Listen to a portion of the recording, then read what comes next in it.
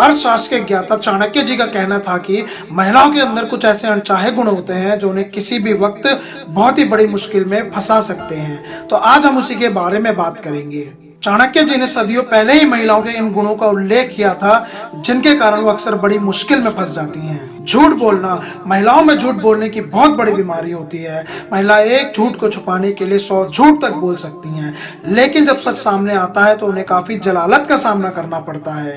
महिलाओं की इस बीमारी की चपेट में कभी ना कभी आ ही जाती हैं। पूरी जिंदगी में कभी ना कभी ऐसा पल जरूर आता है जब वो एक झूठ को छुपाने के लिए 100 झूठ बोलती हैं। महिलाओं का यह स्वाभाविक गुण कभी कभार उनका इतना अहित करवा देता है कि उनको इसका अंदाजा भी नहीं लग पाता है। बिना सोच विचार के काम करना। चाणक्य का कहना था कि महिलाओं का ऐसा स्वभाव होता है कि वो बिना सोचे विचारे किसी भी काम को कर देते हैं, लेकिन जब उन्हें पता चलता है कि उन्होंने गलत किया है तो उनको बड़ा पछतावा होता है। कभी कभार उन्हें अपनी इस आदत के कारण महिलाओं को बहुत बड़ा नुकसान उठाना पड़ता है। नखरे करना। महिलाओं में नखरे करने की बहुत बुरी आदत होती है। चाणक्य का कहना था कि महिलाएं बात बात पर नखरे करती हैं। वो अपनी बात मनवाने के लिए, अपना ध्यान आकर्षित करवाने के लिए किसी भी तरह के नखरे कर सकती हैं। चाणक्य का कहना था कि महिलाओं को अपना यह स्वभाव त्याग देना चाहिए, क्योंकि इससे उनका कभी भी फायदा नहीं हो सकता। अति आत्मविश्वासी होना। कुछ महिलाएं अति आत्मविश्वासी होती हैं और इसी आत्मविश्वास में वह मूर्खतापूर्ण कार्य भी कर बैठती हैं। अति आत्मविश्वास और अति आत्मविश्वास में एक ही बारीकी सी लाइन होती है, जिसमें फर्क करना कभी कभी महिलाओं के लिए बहुत मुश्किल हो जाता है। चाणक्य का कहना था कि महिलाओं को अपनी इस आदत के चलते परेशानी का सामना करना पड़ता है। धन का लालच करना। कुछ महिलाएं धन के मामले में काफी लालची होती हैं। आमतौर पर देखा जाता है कि महिलाओं को लालच करने का स्वाभाविक गुण होता है। महिलाओं में धन और सोने और चांदी के प्रति खास आकर्षण रहता है। चाणक्य का कहना था कि महिलाओं को अपने इस लोभ और लालच के कारण सही गलत में भेद करना भूल जाती हैं। आचार्य चाणक्य जी ने अपने ग्रंथ में बहुत सारे नीति सूत्र दिए हैं जिन्हें पढ़ने और समझने में हमें काफी फायदा होता है। आज इन्हीं सूत्रों में से एक सूत्र मैं आपके सामने प्रस्तुत कर रहा हूं जो महिलाओं से जुड़े हैं। चाणक्य ने महिलाओं के बारे में काफी कुछ कहा है। उनका स्वभाव, उनकी फितरत, उनकी सोच और वो किस समय किस तरह से बर्ताव करती हैं, इन बातों पर खास अध्ययन किया है चाणक्य जी ने। चाणक्य बताते हैं कि महिला भरोसे करने लायक नहीं होती।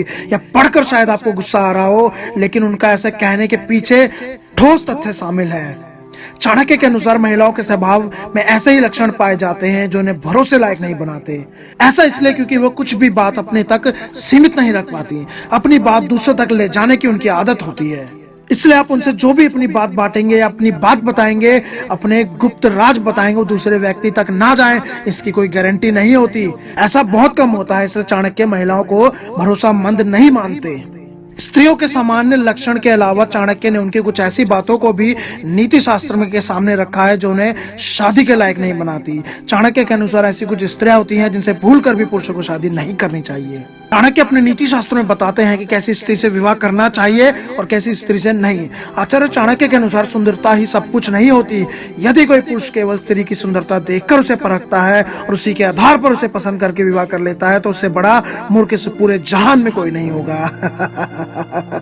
विवाह के लिए स्त्री के संस्कार, उसके स्वभाव, उसके लक्षण, उसके गुण अवगुणों के बारे में जानना चाहिए। इन सभी तथ्यों पर विचार करने के बाद ही स्त्री का विवाह के लिए चुनाव करना चाहिए। अन्यथा सुंदरता के आधार पर गलत चुनाव करने से वैवाहिक जीवन सुखी नहीं रहता।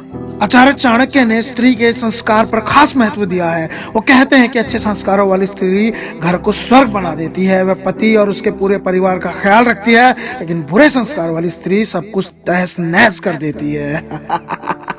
चाणक्य के अनुसार यदि स्त्री सुंदर नहीं है लेकिन उसके संस्कार अच्छे हैं तो पुरुष को उससे विवाह कर लेना चाहिए, क्योंकि यही वो स्त्री है जो उसके भविष्य को सुखद बनाएगी।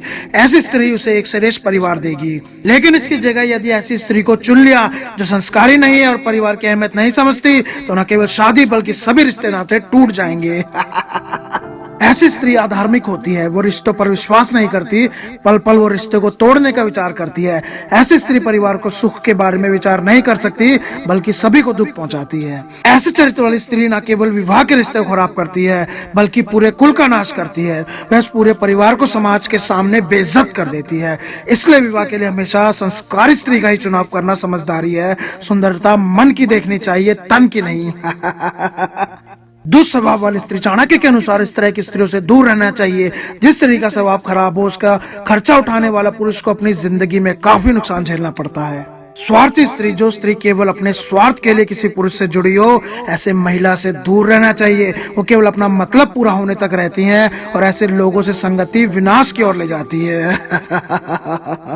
कुसंस्कारी, चाणक्य ने कहा है जो स्त्री संस्कारी ना हो और चरित्रहीन हो, वो कितने ही सुंदर क्यों ना हो, उससे दूर रहना चाहिए। अगर कोई लड़की देखने में सुंदर ना हो पर संस्कारी हो तो उसके साथ शादी की जा सकती है। जिस स्त्री का चरित्र अच्छा नहीं होगा वो दूसरे पुरुष की तरफ आकर्षित होगी। चाणक्य का मत है कि अच्छी स्त्री वो है जो धार्मिक हो, कामकाज में निपुण हो, सत्यनिष्ठ हो और अपने पति के लिए वफादार हो। चाणक्य के इस विचार को लोग नारी विरोध भी मानते हैं, लेकिन अपने अनुभव और विवेक से आप उनकी बातों पर गौर कर सकते हैं। तो गाइस, आपको ये बातें किस हद तक अच्छी लगी? क्या आप इन बातों को सच मानते हैं? क्या आपने कभी ऑब्जर्व किया इन बातों को, गौर किया इन बातों पे? आपने कभी देखा अपनी जिंदगी में ऐसा? तो मुझे कमेंट करके बताएं। मेरी वीडियो को ज्यादा से ज्यादा शेयर करें, लाइक करें और मेरे चैनल को सब्सक्राइब करना तो बिल्कुल भी मत भूलना। I am the joker.